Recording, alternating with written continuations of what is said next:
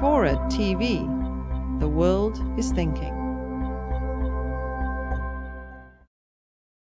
When we're talking about sex trafficking, we're talking about all sorts of stuff. We're talking about pornography, some kinds of pornography that involve sex trafficking, forced pornography, which almost nobody wants to talk about because it's a rocky issue.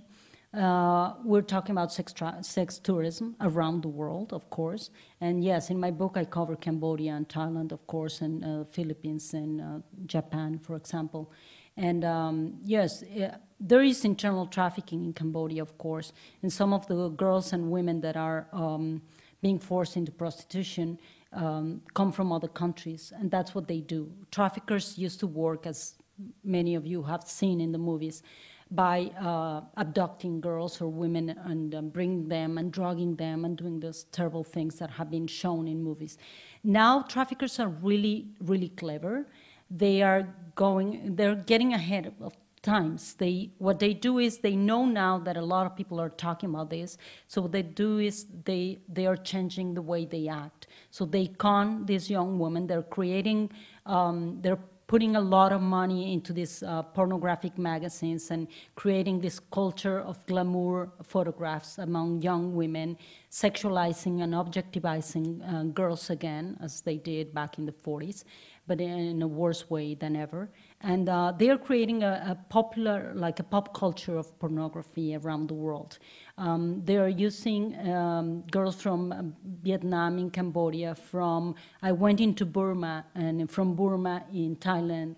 And so the Thai people said that, well, if she's Burmese, she's a prostitute for sure. So what they do, traffickers are bringing girls and women from other countries, and they keep them with a huge debt, so they cannot get away. They take the papers away.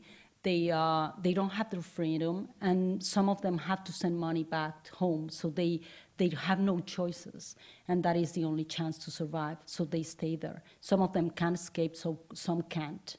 And the issue here is how the cultural values around the world are just allowing this to happen.